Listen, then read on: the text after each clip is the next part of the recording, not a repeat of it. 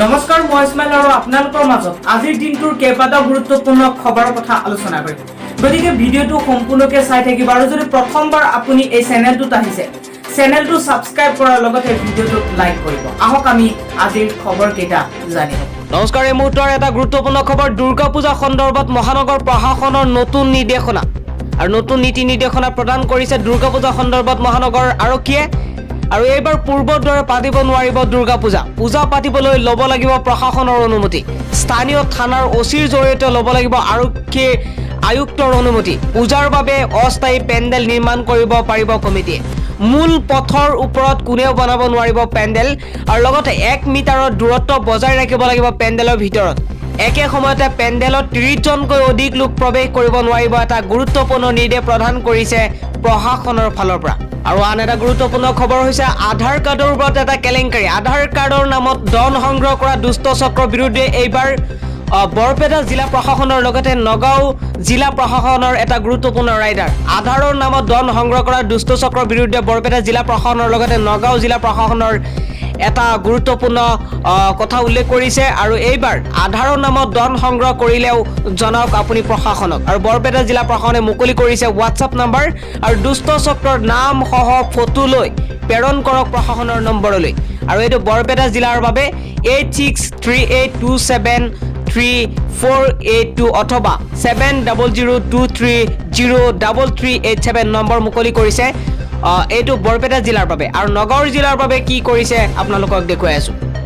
আৰু এতিয়া আপোনালোকক দেখুৱাইছো নগাঁও অসম চৰকাৰৰ দ্বাৰা ইয়াত নগাঁও উপায়ুক্ত কাৰ্যালয় নগাঁও জিলাৰ আধাৰ ইয়াত উল্লেখ কৰা হৈছে যে ইয়াত উল্লেখ কৰা হৈছে জাননীটো দিছে। ইয়াৰ দ্বাৰা নগাঁও জিলাৰ সকলো জনসাধাৰণৰ জ্ঞাতাৰ্থে জনোৱা হয় যে নতুন আধাৰ কাৰ্ড মকৰল চৰকাৰে সম্পূৰ্ণ বিনামূলীয়াকৈ কৰাৰ দায়িত্ব লৈছে। গতিকে আধাৰ কাৰ্ড মকৰল কৰাৰ ক্ষেত্ৰত আধাৰ কাৰ্ড বনোৱাৰ ক্ষেত্ৰত কোনো ব্যক্তিয়ে আধাৰ অপাৰেটৰ অথবা বিষয়াক পইচা নিদিয়ে যেন ইয়াত উল্লেখ কৰিছে।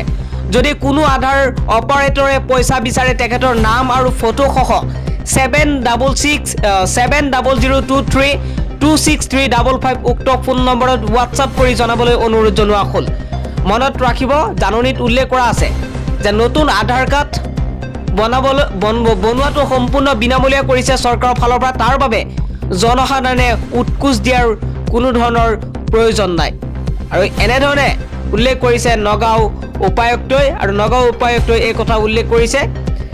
আৰু যদি কোনোবাই টকা বিচাৰে তেনেহ'লে আধাৰ হোৱাটছআপ নম্বৰ মুকলি কৰিছে। হোৱাটছআপ নম্বৰত যিজনে পইচা বিচাৰিব যিজনে ঘোচ বিচাৰিব তেওঁলোকৰ ফটো সহ অপাৰেটৰজনৰ ফটো সহ হোৱাটছআপ কৰি নাম্বাৰ কৰি ইয়াত দিবলৈ কৈছে যে হোৱাটছআপ কৰি জনাবলৈ অনুৰোধ জনোৱা হৈছে 7002326355 নম্বৰলৈ। যদি এনেকুৱা হৈছে আপোনালোকৰ আধাৰ কাৰ্ড চেণ্টাৰত যদি কোনোবাই পইচা বিচাৰিছে পইচা ল'বলৈ চেষ্টা কৰি আছে পইচা নিদিলে যদি কাম নকৰে তেনেহ'লে এনেকৈ আপুনি সেইজন অপাৰেটৰৰ ফটো মাৰি আপুনি হোৱাটছআপত চেণ্ড কৰক। আৰু চেণ্ড কৰাৰ লগে লগে তেওঁলোকে প্ৰশাসনৰ ফালৰ পৰা তেওঁলোকৰ ওপৰত এটা বিহিত ব্যৱস্থা গ্ৰহণ কৰিব। আৰু আন এটা খবৰ হৈছে মন্ত্ৰী ফণী ভূষণ চৌধুৰী SI কেলেংকাৰীৰ সৈতে জড়িত থকাৰ অভিযোগ উত্থাপন কৰিছে। মন্ত্ৰী ফণী ভূষণ চৌধুৰী SI কেলেংকাৰীৰ সৈতে জড়িত থকাৰ অভিযোগ উত্থাপন কৰিছে শংকৰ প্ৰসাদ ৰায়। শংকৰ প্ৰসাদ ৰায়ৰ অভিযুক্ত অক্ষয় চান্দৰ সৈতে সুসম্পৰ্ক আছে মন্ত্ৰী ফণী ভূষণ চৌধুৰী। আৰু এই অভিযুক্ত অক্ষয় চান্দ কোন? আৰু ইয়াত এই কথাটো সুসম্পৰ্ক থকাৰ কথা উল্লেখ কৰিছে শংকৰ প্ৰসাদে। আৰু এইটো মন্ত্ৰী ফণী ভূষণ চৌধুৰীৰ লগত সম্পৰ্ক কথা উল্লেখ কৰিছে আৰু SI কেলেংকাৰীৰ সৈতে জড়িত কথা উল্লেখ কৰিছে। আৰু এইবাৰ দুৰ্গা পূজাত মানিব লাগিব বহু নীতি নিয়ম। বন্ধ থাকিব সুৰাৰ বিপণী, নোৱাৰিব এইবোৰ কাম কৰিবলৈ। বৃহস্পতিবাৰে কামৰূপ মহানগৰ জিলা প্ৰশাসন আৰু মহানগৰ আৰক্ষী প্ৰশাসনৰ উদ্যোগত গুৱাহাটী মহানগৰী পূজা কমিটিৰ বিষয়ববীয়াসকল এখন গুৰুত্বপূৰ্ণ মিটিঙত আলোচনা কৰিছে। আৰু তাৰ পাছত এনেধৰণৰ মন্তব্য কৰিছে যে কোনো যাতে পূজাত সুৰাৰ বিপণী নচলে তাৰ বাবে এই নীতি নিয়ম পালন কৰিব লাগিব। আৰু লগতে উল্লেখ কৰিছে প্ৰতিখন পূজা মণ্ডপৰ 1 মিটাৰ দূৰত্ব ভক্তিমূলক অনুষ্ঠান কৰিব পাৰিব। পূজাস্থলীত প্ৰসাদ বিতৰণ কৰিব নোৱাৰিব। আৰু 10 বজাৰ আগত পূজাৰ সকলো কাম শেষ কৰিব লাগিব।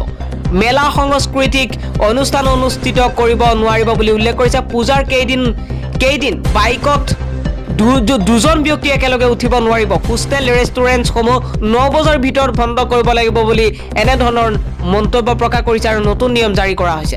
আৰু ইয়াত আৰু উল্লেখ কৰিছে যে ঠায়ে ভেদে যান বাহনৰ নীতি নিয়ম বেলেগ বেলেগ হ'ব আৰু দশমীৰ দিনা বন্ধ থাকিব লাগিব সুৰাৰ বিপণী। প্ৰশাসনৰ এই নীতি নিয়ম যদি ভংগ কৰে তেনেহ'লে আইনীভাৱে শাস্তি দিয়া হ'ব তেওঁলোকক। কণ্টেইনমেণ্ট জ'নৰ বাহিৰত চলিব সকলো কাম কাজ। ৰাজ্যত কৰোনাৰ সংক্ৰমণ কিছু নিম্নগামী হোৱাৰ সময়তে ৰাজ্য চৰকাৰে কণ্টেইনমেণ্ট জ'নৰ বাহিৰত কাম কাজ যথেষ্ট শিথিল কৰাৰ অনুমতি দিছে। কেন্দ্ৰীয় চৰকাৰে ইতিমধ্যে জাৰি কৰা আনলক 5ৰ লগত সংগতি ৰাখি আজিৰে পৰা ৰাজ্য চৰকাৰে জাৰি কৰিছে এলানি নীতি নিৰ্দেশনা। সেই অনুসৰি কণ্টেইনমেণ্ট জ'নৰ বাহিৰত সামাজিক অনুষ্ঠান, ধৰ্মীয় অনুষ্ঠান, ৰাজনৈতিক সভা আদি অনুষ্ঠিত কৰিব পাৰিব। অৱশেষত অৱশ্যে এনে অনুষ্ঠানত 100জনৰ অধিক লোক উপস্থিত থাকিব নোৱাৰিব। আনহাতে প্ৰেক্ষাগৃহ বা মণ্ডপৰ ভিতৰত হ'ব লগা সামাজিক অনুষ্ঠানত 50% লোকহে উপস্থিত থাকিব লাগিব। উপস্থিত থকা লোকসকলে মাস্ক পৰিধান কৰাৰ লগতে সামাজিক দূৰত্ব বজাই ৰাখিব লাগিব। তদুপৰি চেনিটাইজাৰ ব্যৱহাৰ আৰু লগতে থাৰ্মেল স্ক্ৰিনিং বাধ্যতামূলক কৰিছে। আৰু শিক্ষানুষ্ঠান মুকলিৰ ক্ষেত্ৰত ৰাজ্য চৰকাৰৰ স্বাস্থ্য বিভাগৰ সৈতে আলোচনা কৰি ব্যৱস্থা গ্ৰহণ কৰিব পাৰিব। আৰু অনলাইন পাঠদান অব্যাহত থাকিব বুলি উল্লেখ কৰিছে। অনলাইন পাঠদানৰ লগতে বিদ্যালয়ত অনুমতি সাপেক্ষে শিক্ষাৰ্থী উপস্থিত থাকিব পাৰিব। ছাত্ৰ ছাত্ৰীসকলে অভিভাৱকৰ অনুমতি লৈ ইচ্ছা অনুসৰি বিদ্যালয়ত উপস্থিত থাকিব পাৰিব আৰু বিদ্যালয়ত ছাত্ৰ ছাত্ৰীসকলৰ উপস্থিতি পঞ্জীয়ন কৰিব নোৱাৰিব। শিক্ষা বিভাগে এই ক্ষেত্ৰত স্বাস্থ্য বিভাগৰ সৈতে আলোচনা কৰি SOP প্ৰস্তুত কৰিব পাৰিব।